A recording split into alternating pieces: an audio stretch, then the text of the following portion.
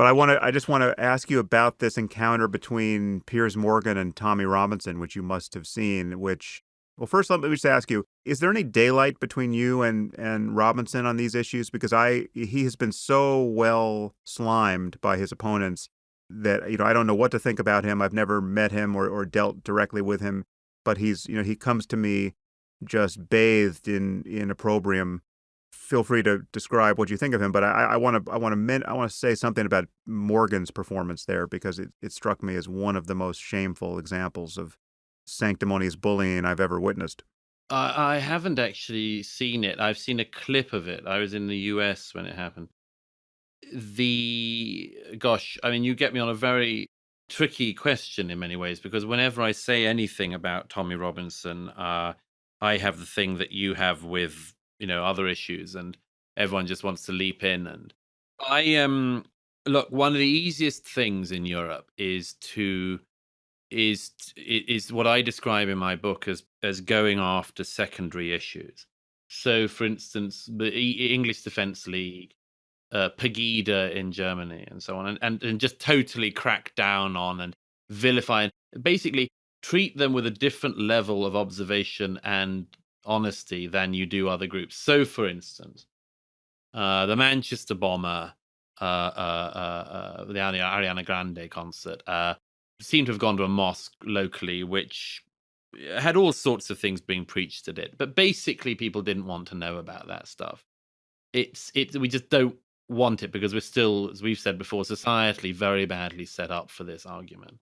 Whereas we're really good on, Nazism. I mean, kind of, we were quite good 70 years ago in Britain on Nazism, but, sort of culturally now across the board, thank goodness, we're pretty good on Nazism. The problem is that there are some people who, for my mind, for short term political gain, as well as some in people for long term political gain, want to extend the borders of their definition to encompass pretty much everybody who doesn't agree with them. And if I can say so, I cite at one point in the book somebody in Germany I spoke with about this who just wouldn't believe that basically somebody without a PhD could have any say in anything to do with immigration or Islam without being a racist. And I interviewed Tommy Robinson when he left the English Defence League, and I'd followed their activities with great interest um, whilst he was running it. And there are all sorts of things. I don't believe in street protests. I don't like street movements. I think, among other things, it's because you don't know who you're going to attract. You can attract very bad elements, particularly in Europe, and basically you hold the can for the whole thing. You if it goes wrong and somebody burns down a building, you screw everything. And so I think it's a very unwise thing to do.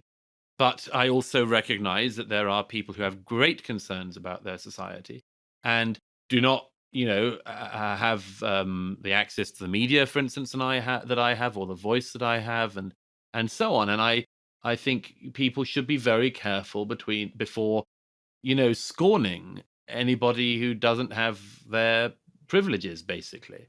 Not to get all kind of left wing wankery West Coast university on you. But I mean, there was this confrontation with Piers Morgan, which totally played into this thing because, you know, we've never had, as far as I can remember, an imam or something invited on to a mainstream program from a mosque that a bomber has gone to and have the treatment of them that Piers Morgan gave to Tommy Robinson. And I don't know everything he's ever said in his life, but I've read his memoir and his very, persuasive story about his own persecution at the hands of the state, which I think was clearly a case of let's get to this person and shut him down in a way that they have really not done with numerous actual Islamic extremists and so on. So there is a disparity and an unevenness which is unjust, and I think certainly justifies the sense of injustice that Tommy Robinson and many others around him feel. And this Piers Morgan thing, so far as I could see, was Piers Morgan. I mean, he's not a very interesting thinker. Um, he is a positioning sort of figure, and since his friend Donald Trump came to the presidency, has used the opportunity to sort of say some things about the Islam and the terrorism stuff, which is sort of, further out than he'd have done before. And my suspicion is he felt that he'd got a little bit ahead of the debate. And then after the attack, this Finsbury Park attack, chose to sort of regain some ground by just screaming at Tommy Robinson on air for live TV. I think that's what happened. But as I say, I mean, you've seen it all. I haven't.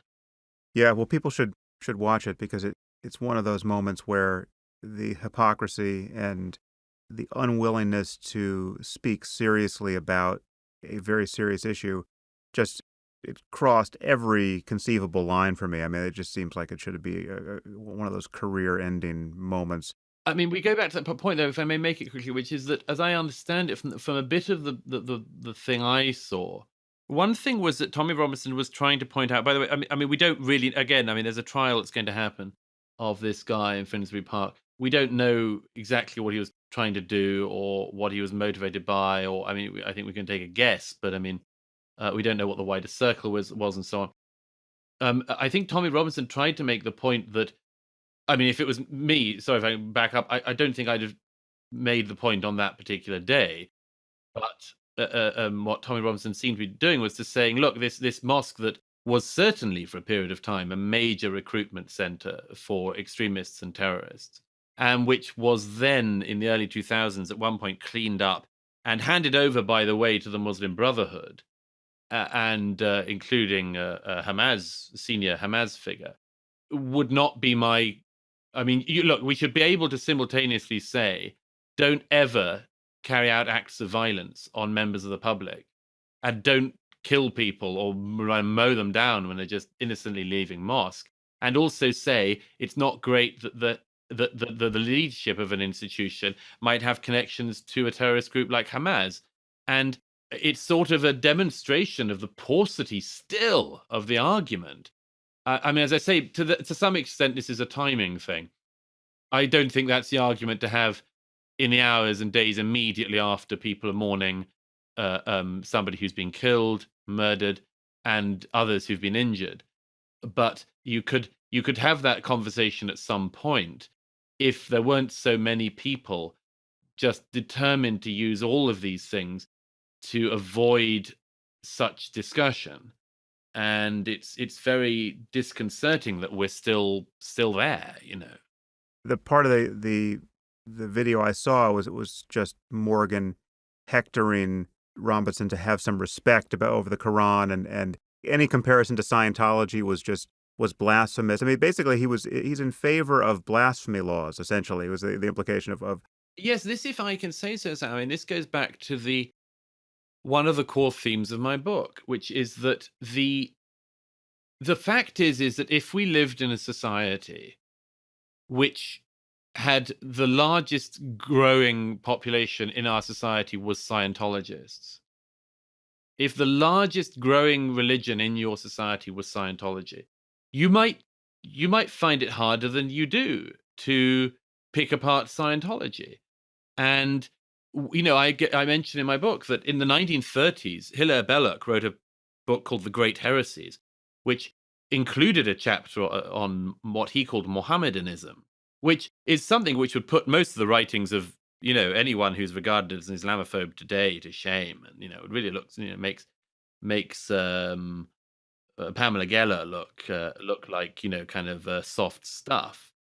Now, why did Hilaire Belloc not have to go into hiding in the 1930s in England after writing The Great Heresies? Because there was no meaningful Muslim population in Britain in those days. Why did Salman Rushdie have to go into hiding in 1989 after the Satanic Verses, which, again, I mean, way, way less than what Hilaire Belloc does, because by then there is a large Muslim community who might carry out the orders of the Ayatollah, and so on and so on. And by the time you get to where we are now, just because of numbers, as well as, obviously devotion and devotedness and so on, but really just because of numbers, if you're Piers Morgan, I mean, it becomes plausible that you become like enormously defensive of the Quran.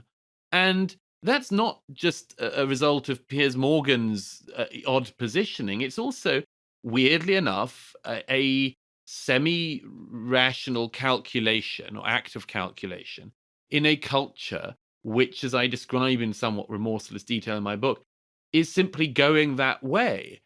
And it's about the facts on the ground, and that, by the way, sort of final point of that is that when we, and I do quite a lot of it, lambast and joke about and ridicule politicians for not being stronger on some of this stuff.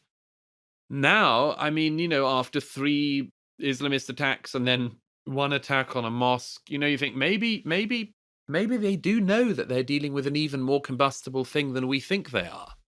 Maybe. Yeah, well, that is more dispiriting stuff. It's it's a hard note to end on with you, Douglas. But I'm mindful of your schedule, No, no, and I'm sorry. I sort of, as an individual, I sort of think of myself as a rather, jolly person. My friends don't complain about me no, much, but yet I'm afraid that the facts we're all now living through are not the time to talk about, being an innate optimist or an innate pessimist. The facts that are emerging in Europe are very, very pessimism causing, and there's very little one can do about that, other than to remember one of my favorite quotes from Mencken, who said once, that human progress is very significantly made, to the extent that one can believe in it. In my case, it is very significantly made by jolly fellows heaving dead cats into sanctuaries and going roistering down the highways of the world. And anyhow, I always tilt my hat to you as a jolly cat heaver into sanctuaries. yeah, yeah, it's all in a day's work. Well, listen, Douglas, it is as always a great pleasure to speak with you, and we have to do it again because there are I'd love to. many topics we have not touched. Well, can we agree to come back and do it soon? Yeah, no, yes. This podcast is always open to you, so you should just know that. When you have an hour's worth of noise or more that you want to make, send me an email and I'll have you back on. It's a deal. Listen, keep it up, Douglas. Likewise, don't let the buggers get to you.